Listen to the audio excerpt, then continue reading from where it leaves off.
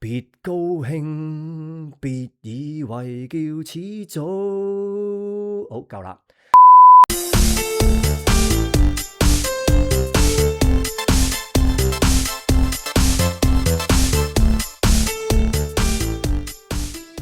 喂，咁多位大家好，我係梁 Sir。今日咧想同大家解一條咧 DSE 嘅練習卷嘅題目，就係卷一甲部第25條，係有關於體內平衡同埋負反饋機制嘅。咁啊，呢條題目我相信大家都有機會做過噶啦，無論係 DSE 嘅練習卷定還是係課本嘅練習題目啦。咁而家啦，幅圖就講啦。以下流程圖顯示咗兩個分泌腺阿 P 啦同阿 Q 啦，佢哋之間嘅相互作用，同埋佢哋所分泌嘅激素或者荷爾蒙啦，咁啊 X 啦同埋 Y 啦。題目就問啦，下面邊一個組合就正確能夠顯示得到咧，去調節激素 Y 或者荷爾蒙 Y 嘅負反饋機制？咁啊，借呢個機會啦，梗係講一講體內平衡嘅概念先啦。體內平衡啦，透過負反饋機制產生相反嘅反應，去抵消參數嘅變化，令到參數回復翻正常水平。咁過往咧，我都拍咗段片啦，去解釋下咧，如果我哋他日去答負反饋啊、體內平衡嘅題目嘅時候，應該點樣答呢？有啲咩思考題目可以幫我哋自己去溫書也好，答題目也好，個框架又係如何呢？咁啊，大家快快手睇下片溫下書咯。咁啊，借呢個機會啦，講一講啦，負反饋機制究竟係講緊咩意思呢？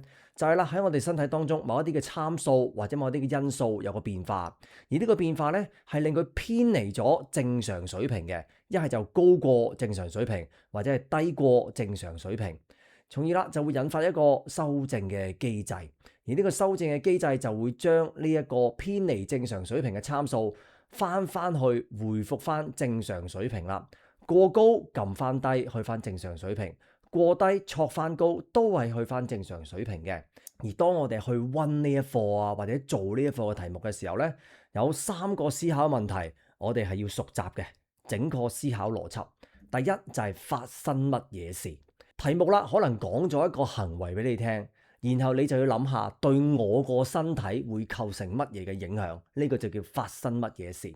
就係某某因素係偏離咗，可以係高於或者低於一個正常水平。我講個例子俾大家聽。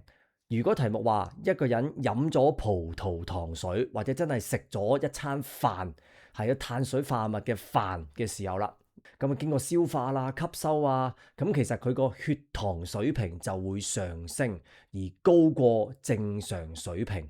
咁呢個就叫發生乜嘢事啦。然後啦，我哋就諗下，咁你想點啊？而家血糖好高喎，高過正常水平喎，咁點算啊？你想點樣？你嘅終極目標係咩呢？其實就係有關於個修正機制啦。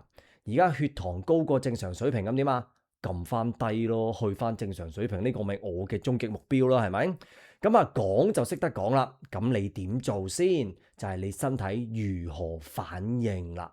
當中啦，牽涉嘅就梗係負反饋機制啦，係咪？而家血糖水平過高喎，撳翻低喎，咁點算啊？或者啦，下次就血糖水平太低，要戳翻高喎，去翻正常水平喎。咁當中牽涉啲咩嘅感應器啊、反應器啊、荷爾蒙啊，諸如此類啦。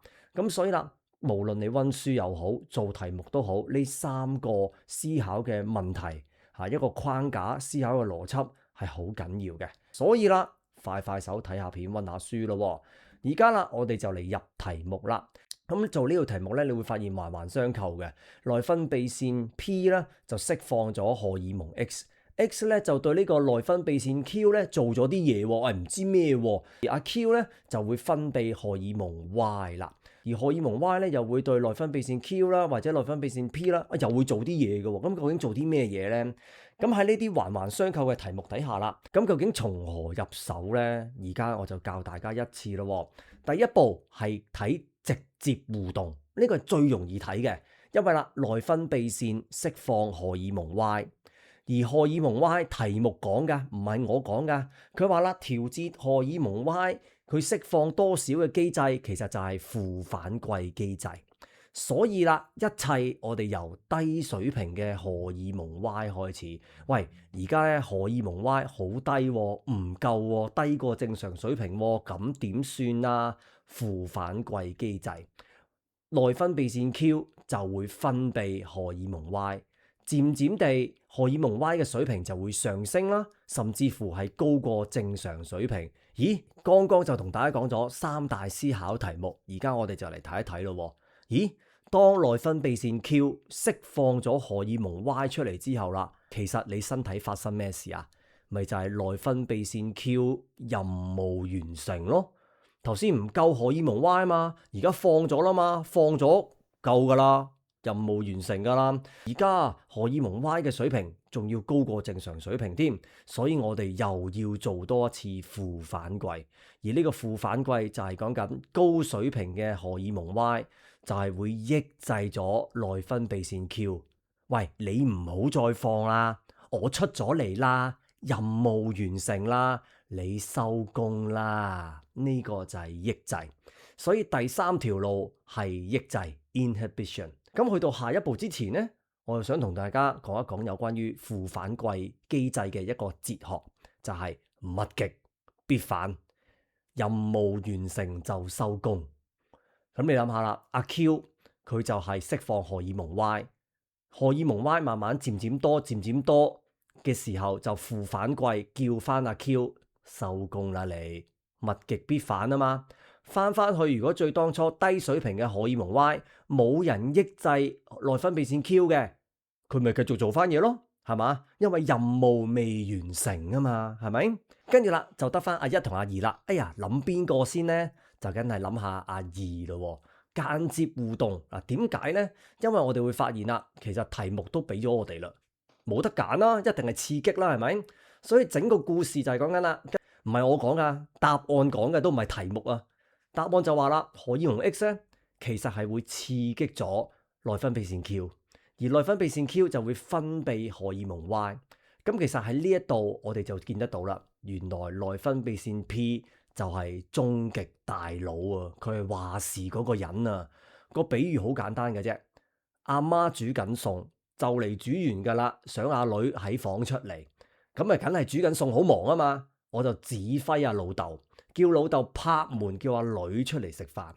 咁阿女出咗嚟咯，根據翻頭先第一個思考邏輯，阿女咪叫老豆收工咯，咪即係第三呢條路咋？荷爾蒙 Y 出咗嚟，咪叫阿 Q 收工咯，阿女出咗嚟，老豆咪唔使拍門咯。咁而家呢個第二條路咧，其實就係阿媽就係內分泌腺 Q 指揮阿老豆，喂，去拍門叫阿女出嚟啦。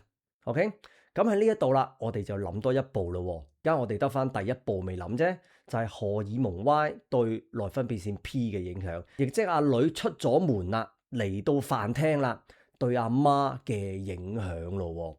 喺呢度啦，我又要講多一個負反饋機制嘅哲學俾大家聽，就係別高興，別以為叫始早。好，夠啦。喺呢度當中，你明白阿 P 係話事嗰個，阿 P 係始早，但係別高興。阿女對你其實都有影響，係咩影響啊？去到第三步就係擒賊先擒王。呢個邏輯唔係淨係喺體內平衡呢一課先啱用嘅，去到我哋嘅 elective one 人體生理學，我哋控制血液入面嘅水勢啊，我哋控制血液入面嘅二氧化碳嘅水平啊，控制我哋嘅呼吸心跳嘅速度啊，控制我哋嘅月經週期啊，嗰幾款荷爾蒙之間嘅互動啊，其實都係用翻呢一個機制，擒賊先擒王。咁你回想一下啦，喺你學 elective one 嘅時候咧，控制心跳係咪有 SA note 啊？控制個呼吸嘅時候係咪有 respiratory center 呼吸中樞系統啊？控制月經週期嘅時候，我哋嗰四款荷爾蒙係咪有一款叫做 follicle stimulating hormone FSH， 就係控制個卵泡去發展嘅嗰種荷爾蒙啊？其實擒賊先擒王呢個概念咧，係貫穿晒成個 elective one 嘅。就唔係淨係擺咗喺呢個體內平衡啊，同埋呢個負反饋機制當中。咁啊，快啲溫下書咯喎！而家我哋個故事由高水平嘅荷爾蒙 Y 開始，因為內分泌腺 Q 已經釋放咗荷爾蒙 Y 嘅水平越嚟越高，越嚟越高。頭先我哋講咗噶啦，阿女出咗嚟，根據第三條路叫阿爸收工啦，你唔好再拍門啦。咁對阿媽嘅影響呢，其實咪又係收工咯。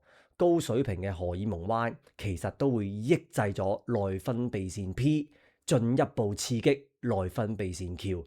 因為阿媽當初一直見阿女未出嚟，就繼續指揮老豆，喂，你叫佢出嚟啦，你有冇拍過門㗎？就煮完就食得㗎啦。其實就不斷刺激老豆，老豆咪拍門咯，係咪？咁阿女都出咗嚟咯。首先又係嗰句啦，叫老豆收工啦你。而家出埋嚟啦，阿媽收工啦你。咁當然啦，有啲禮貌啦，係咪？阿媽我出咗嚟咧，係咪有飯食啦？阿爸阿媽咪開心咯。所以啦，第一條路都係抑制，就是這樣。答案就係 A 啦。咁啊，過往啦，2022年咧都有一條題目係有關於胰臟嘅嚇，咁有關啲內分泌啊、外分泌腺啊，佢究竟可以點樣問呢？跨課題嘅題目係可以點樣出發呢？就快啲睇下片、溫下書咯。而當中咧，我有多一條題目想同大家分享下嘅，其實咧就係教科書啊。根據 DSE 嘅呢個練習卷咧，佢改咗呢條題目，佢只係改咗個名同埋改咗個形狀咋。咁今次嗰兩個內分泌腺就叫 XY， 個荷爾蒙咧就叫 MN。其實個圖畫只係改咗少少樣。嗱，你又試下做一做呢條，睇下你嘅概念清唔清？然後啦，嚟到呢段片嘅尾聲，我有一個問題想問下大家，就係如果而家題目講俾你聽，內分泌腺 Q 佢功能不良，呢個人有病咯，睇病學 bio 咯。佢係唔能夠釋放荷爾蒙 Y， 係啦，係唔能夠製造、唔能夠釋放嘅。我想問荷爾蒙 X 嘅水平會有咩嘅變化？喺留言區留低你嘅答案，睇下你嘅概念清唔清。我哋下條片再見，拜拜。